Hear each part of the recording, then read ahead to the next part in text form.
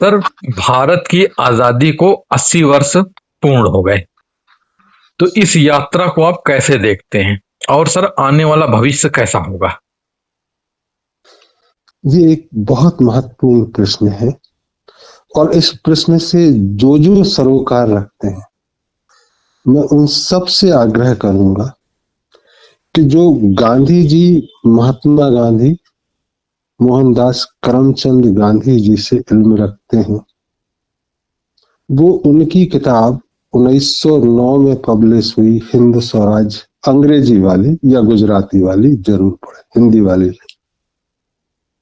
और जो उनसे बहुत ज्यादा सरोकार नहीं रखते हैं, प्यार कम करते हैं, वह मेरी किताब 2016 में रिविजिट गांधी जी की किया था।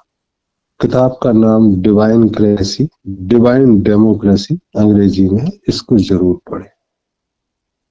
तो एक 80 वर्षों की या कहें 120 वर्षों की यात्रा समझ में आएगी कि हम कहाँ पहुंचे हैं और कहाँ पहुंच सकते हैं अगर ऐसे ही चले तो। गांधी जी अपनी किताब की शुरुआत में अपनी पार्टी जो उनकी थी कांग्रेस की थोड़ी तारीफ करते हैं।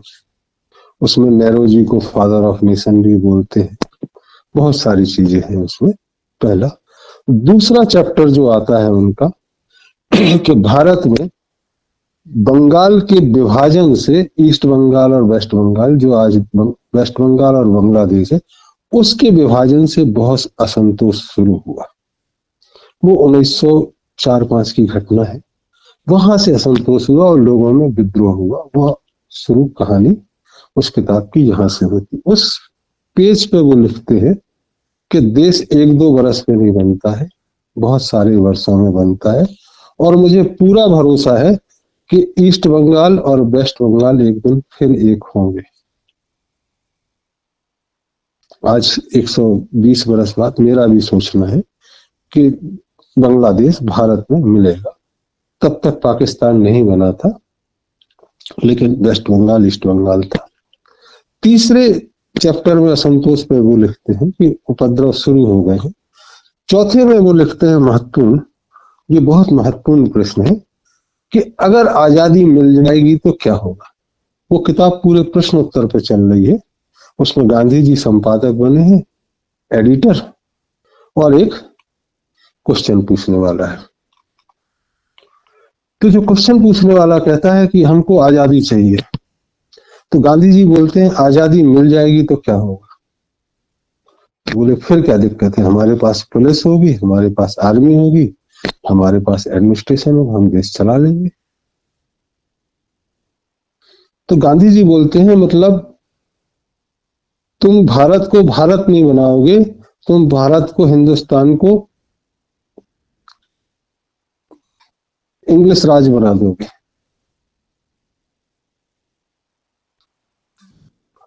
सफेद गोरों की जगह, सफेद चमड़ी वालों की जगह काली चमड़ी वाले बैठ जाएंगे। ऐसा भारत तो हमें चाहिए नहीं।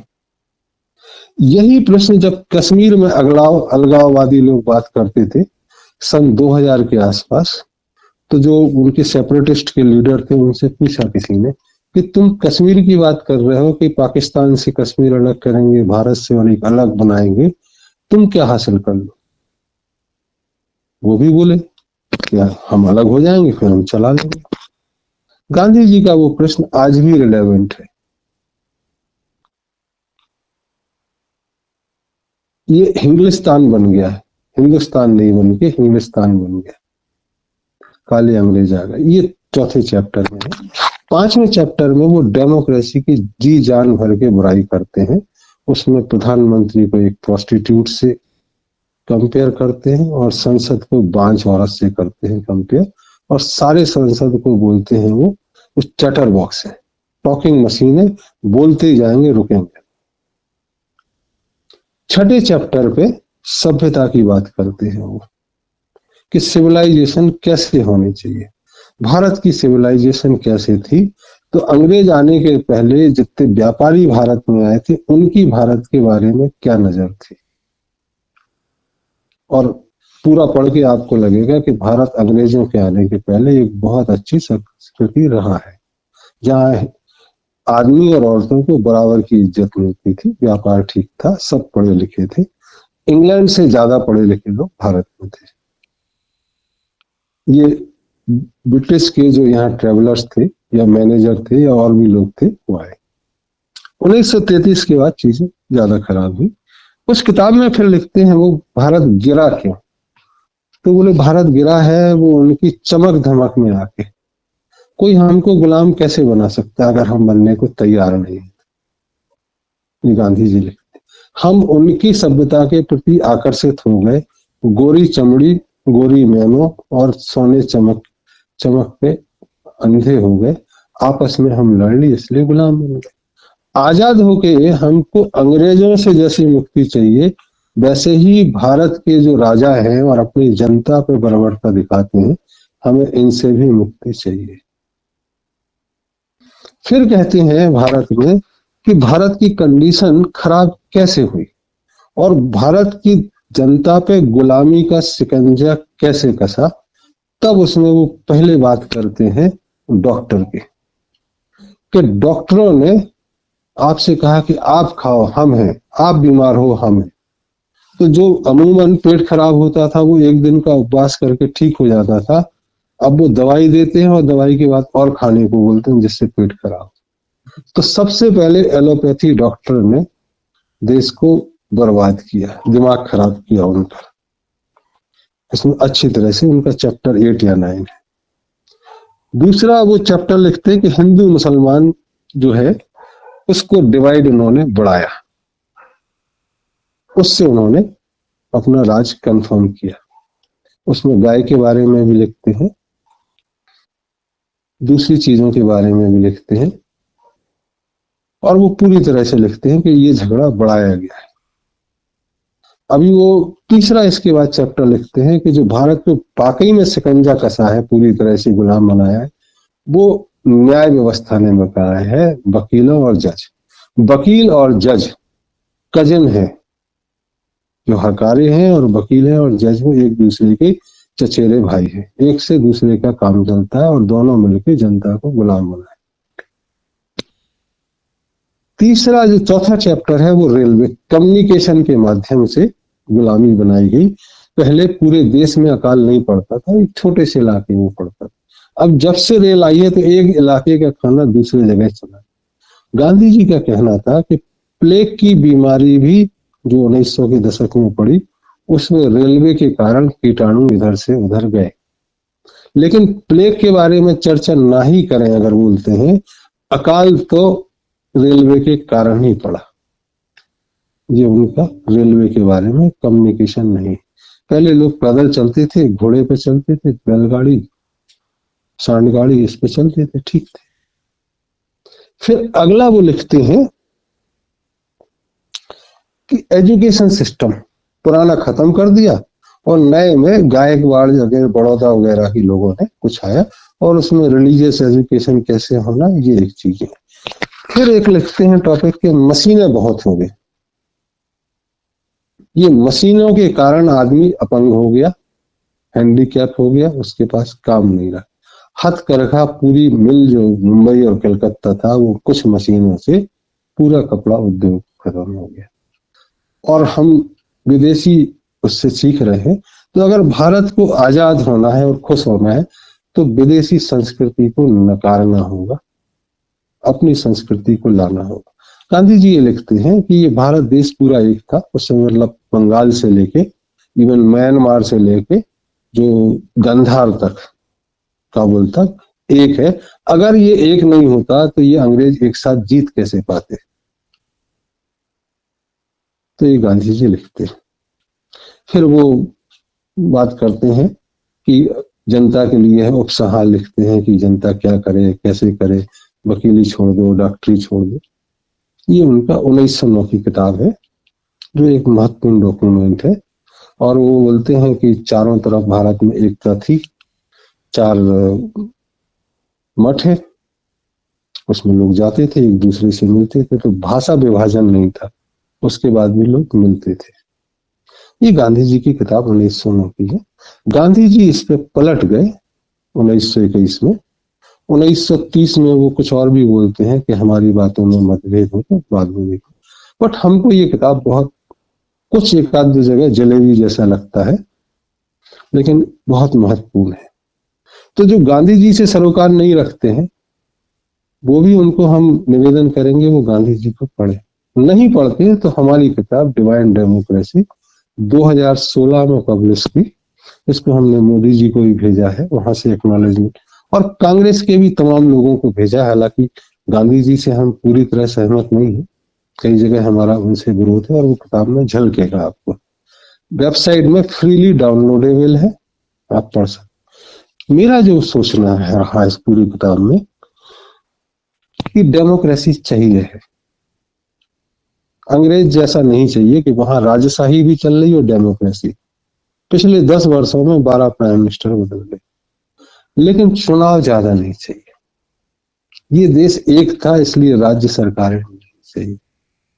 वकीलों ने, डॉक्टरों ने, मशीनों ने, एजुकेशन ने देश का बंटाधार किया है। वह इस बात से आप अंदाज लगा सकते हो कि पहले जो मेहनताना लोगों को मिलता था उसमें सेहत पे 0 पैसा खर्च होता था, एजुकेशन फ्री होती थी, मशीनें कम थी, आदमी हाथ से काम करता था, घोड़े वोड़े पे चलता था, आवागमन का पैसा नहीं लगता था।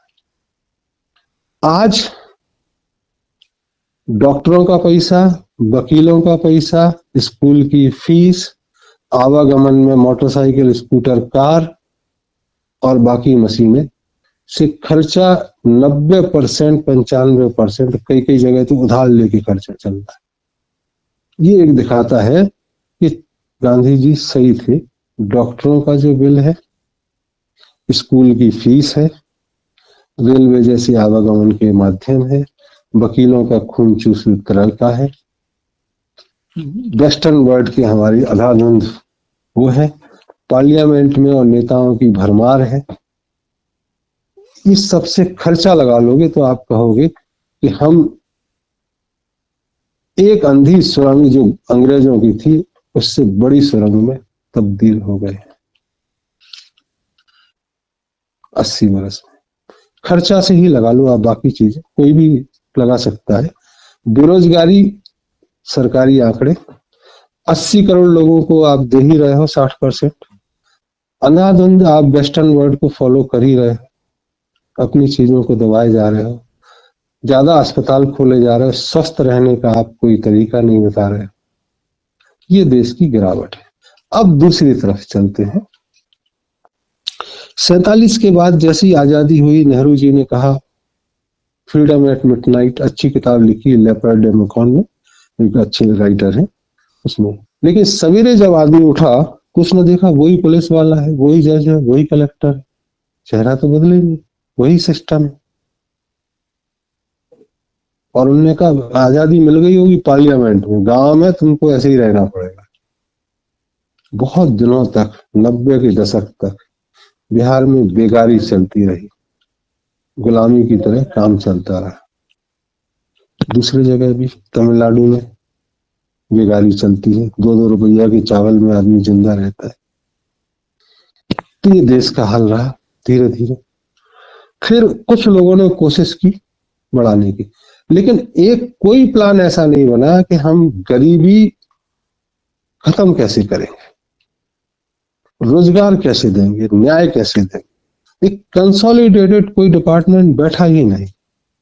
नेहरू से लेके आज मोदी तक कोई नहीं बैठा कि हम करेंगे समस्या का। कोई कहता हम 1 करोड़ को देंगे, बाकी 139 करोड़ कहाँ जाएंगे। कोई कहते हैं हम न्याय की तो बात ही नहीं करता, किसी की हिम्मत भी नहीं होती, ना सुप्रीम कोर्ट जज की, प्रेसिडेंट तो नहीं बोलते, ना प्राइम मिनिस्टर की, ना न्याय मंत्री की। पता नहीं क्या डर है। 5 करोड़ केस पेंडिंग है। जिस देश में न्याय नहीं है, अन्याय ही है ना, फिर कोई बोलता नहीं है।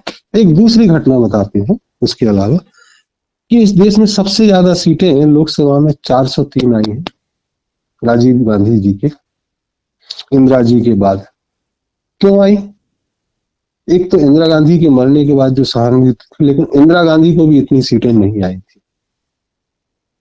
राजीव गांधी जी में मासूमियत दिखी और लगा कि ये शख्स कुछ कर सकते हैं, फॉरवर्ड लुकिंग है, तो इनको कोई शिकायत ना रहे कि हमको मत कम दिए।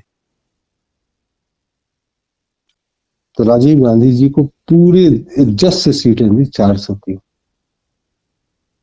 उस समय बीजेपी की 2 सीटें थी शायद। उसके बाद राजीव जी नहीं कर पाए या कुछ भितरघात हो गई, बोफर्स का कांड हुआ जो अभी जाके क्लियर हो गया कि नहीं, उनकी दलाली नहीं थी। बट जो भी विदेशी चीज रही हो, देशी रही हो, उनको बदनाम किया गया। और राजीव जी भी कहीं उतने परिपक्व नहीं थे, तो वो सत्ता से बाहर हुए। उसके बाद गठबंधनों की सरकार हुई, कोई ये भी नहीं बोल पाया कि हम देश में सरकार बनाएं। नरसिम्हा राव जी 260 के आसपास विधायक सांसद थे, तो कई बार तो वो बीजेपी के समर्थन से सरकार चलाते थे, कई बार बीजेपी वॉकआउट कर जाती थी, कुछ सांसद खरीदे गए थे, उसका केस भी चला। किसी ने ये नहीं कहा कि हम सरकार पूरी तरह बनाएंगे। 2014 के चुनाव में बहुत वर्षों बाद मिस्टर नरेंद्र मोदी ने कहा कि हम सरकार बनाएंगे पूरी, तो उनको भी 280 सीटें दी। फिर उन्होंने कहा हम और काम करना चाहते हैं, उनकी सीटें और बढ़ा दी, 302 कर दी। फिर वो नहीं कर पाए। अब चूंकि विपक्ष नहीं है, इसलिए उनको 240 सीटें दे दी। ये सोचें कि हम ले आए हैं, ऐसा नहीं। तो देश की जनता बहुत सारी अलग अलग तरीके से सोचती है और कुल मिला के एक निर्णय देती है कि ऐसा करना। अब आप जोड़ तोड़ के बहुत सारे ले आओ, लेकिन आपको 240 सीटें नहीं। इसका कहने का मतलब यह है कि किसी ने बोला ही नहीं है कि हम देश की गरीबी करेंगे दूर, हम न्याय व्यवस्था लाएंगे, तो होगा कैसे। इन लोगों ने बोला, राजीव गांधी ने बोला, इंदिरा गांधी ने बोला, नरेंद्र मोदी ने 2 बार बोला हम लाएंगे, करके दिखाया। तीसरी बार तो बस चल रहा है, कब इस्तीफा दे दें ये भी पता नहीं है इनका। तो तीसरी बार चल रहा है, आगे कोई बोल नहीं रहा है कि हम करेंगे। इस मौके पे, स्वतंत्रता दिवस के मौके पे, सविनय निवेदन के साथ हम ये कहना चाहते हैं कि हमको सहयोग मिला तो हम कोर्ट केसेस का मैक्सिमम पेंडेंसी जो कॉन्स्टिट्यूशनल है उस कोर्ट को हटा के 3 से 6 महीने तक लाएंगे। अगले 5 वर्षों में 5.5 करोड़ कोर्ट केसेस खत्म कराएंगे जो कॉन्स्टिट्यूशनल है। उसके अलावा ट्रायल 0 होगी, विदाउट ट्रायल लोग जेल में बंद हैं, जेलों की संख्या कम होगी, रोजगार सब बच्चों को मिलेगा चाहे तनख्वाह कम हो, सुरक्षा पे पूरा ध्यान रखेंगे। तो ये 5 वर्ष आज हम निवेदन कर रहे हैं कि आप हमारे साथ आए, सहयोग दें। और पार्टी की पार्टी भी आ जाए तो हम उनका स्वागत करेंगे, चाहे पूरी बीजेपी हमारे साथ आ जाए, पूरा विपक्ष हमारे साथ आए, हम दोनों को लेकर चलेंगे। पाकिस्तान को हम अप्रूव नहीं करते हैं, जो बना विभाजन अंग्रेजों की कूटनीति के कारण, तो हम कभी कश्मीर की बात नहीं करेंगे कि हम उसको वापस लेंगे। हम पूरे पाकिस्तान की बात करेंगे कि हम उनका स्वागत करेंगे, भारत में मिलाएंगे। ऐसे ही बांग्लादेश को, नेपाल के साथ हमारे पड़ोसी हैं, इतिहास गवाह है, श्रीलंका के साथ भी इतिहास गवाह है कि हमने कभी उनको अनेक्स नहीं किया, भारत में रिश्तेदारी रही जो आगे भी बरकरार रहेगी। म्यांमार, अफगानिस्तान के साथ भी और तिब्बत, ये भी हम चाहेंगे कि भारत के साथ एक कनेक्ट रहे, जो विदाउट बॉर्डर होता है वो कनेक्ट रहे। तो इस पूरे इलाके के लिए हम चाहेंगे कि चीजें बढ़े, और ये पूरी दुनिया के लिए भी है कि कोई इस चीज को कॉपी करना चाहता है, मार्गदर्शन लेना, तो किताबें फ्री है। एजेंडा बना हुआ है, पिछले 25 वर्षों से हम देख रहे हैं देश में। 2004 के चुनाव में हमने थोड़ी बहुत भूमिका निभाई थी, जो तत्कालीन नेतृत्व में सराही भी थी। मध्य प्रदेश को हम 1981 से देख रहे हैं, जब से हमने कॉलेज में पढ़े। हमने गैस ट्रेजेडी देखी भोपाल की, कांग्रेस का शासन देखा है, बीजेपी का 20-22 वर्ष का है, कल ही मैं इंदौर था और मैं कह सकता हूँ आज 15 अगस्त के मौके पे कि मध्य प्रदेश में मल न्यूट्रिशन बहुत ज्यादा हो गया है। लोगों के पास खाने को पर्याप्त पैसा नहीं है। पोहा का 20 रुपया समोसे कचौड़ी से पेट भर रहा है, तो लगेगा रईस ही है, लेकिन इसी की चटनी से और पेट सूखे हैं, चेहरे सूख गए। जो एक गोल मटोल चेहरा होता था वह चेहरे सूखे। अस्पतालों के आगे ऐसी भीड़ लगी है जो कभी पिकनिक स्पॉट पे और बाजारों पे आइसक्रीम की दुकानों पे लगी। हालत बहुत खराब है पूरे देश के। कोई कितना भी नारा दे, कितना भी तेज चलाए, उंगली दिखा दिखा के बात करे, उससे होगा। तो हम उनको भी कहेंगे कि एजेंडा ये ले तो हम चल पाएंगे। धन्यवाद।